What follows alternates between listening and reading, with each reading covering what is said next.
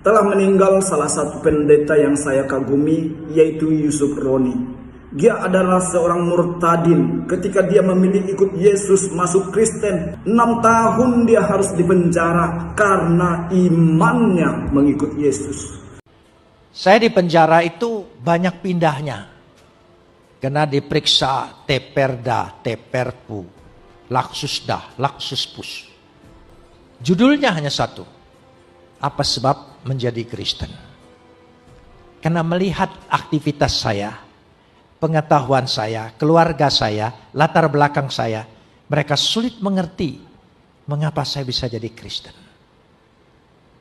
Saya bilang karena baca Alkitab. Memang betul, saya menjadi Kristen itu tidak pernah berdiskusi dengan orang Kristen, berjumpa dengan orang Kristen. Bagaimana bisa membaca Alkitab?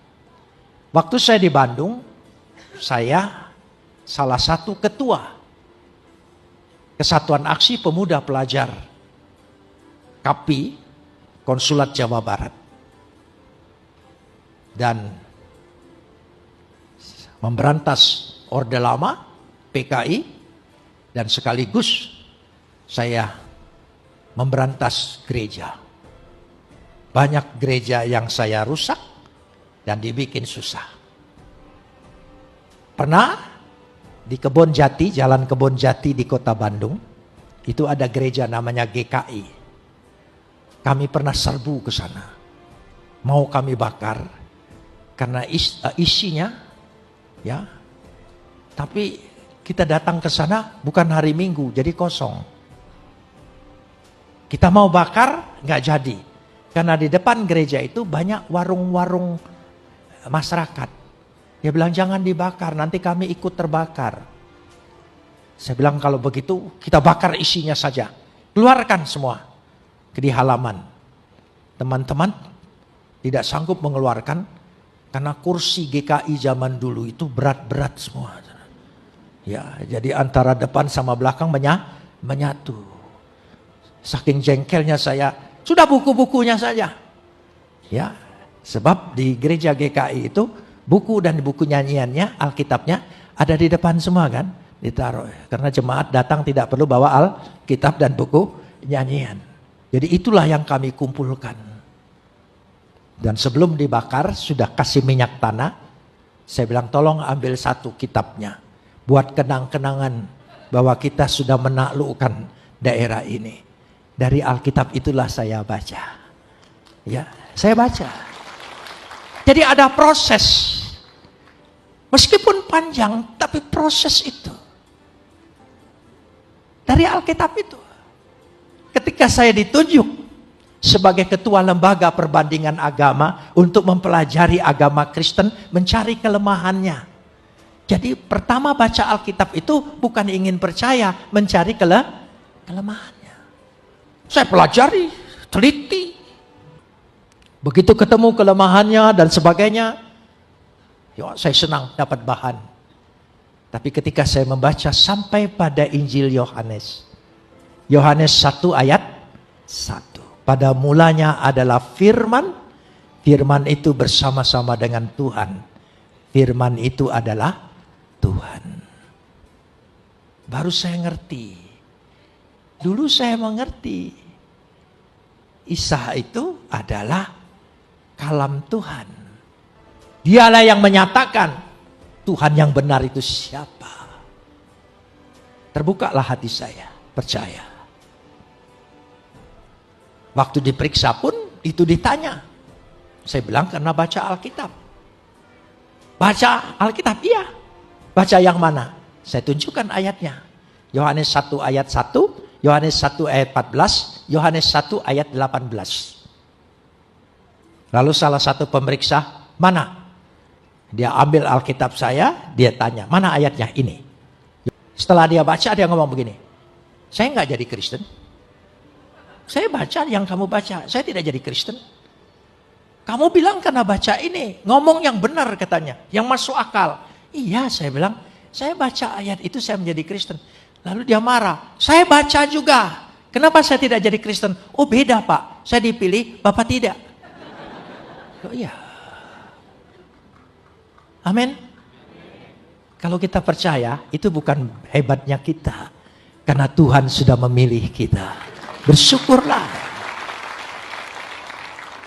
Kita tidak terlalu bagus. Tidak hebat-hebat benar sih sebagai orang beragama. Tapi bisa percaya, bisa terbuka hatinya. Itu karena Tuhan memilih kita. Kalau bukan pilihan Tuhan, tidak mungkin. Itu yang saya buat percaya. Tapi lewat proses. Bisa bersaksi di pengadilan, bisa bersaksi dalam penjara, bisa bersaksi dengan pemeriksa. Karena Tuhan izinkan. Jadi kalau Tuhan izinkan sesuatu yang terjadi yang tidak enak dalam diri kita, itu medianya Tuhan. Buat kita menjadi alat Tuhan. Amin. Iya. Semua punya pengalaman. Kalau tidak punya pengalaman dalam hidup ini, iman kita hanya sebatas doktrin.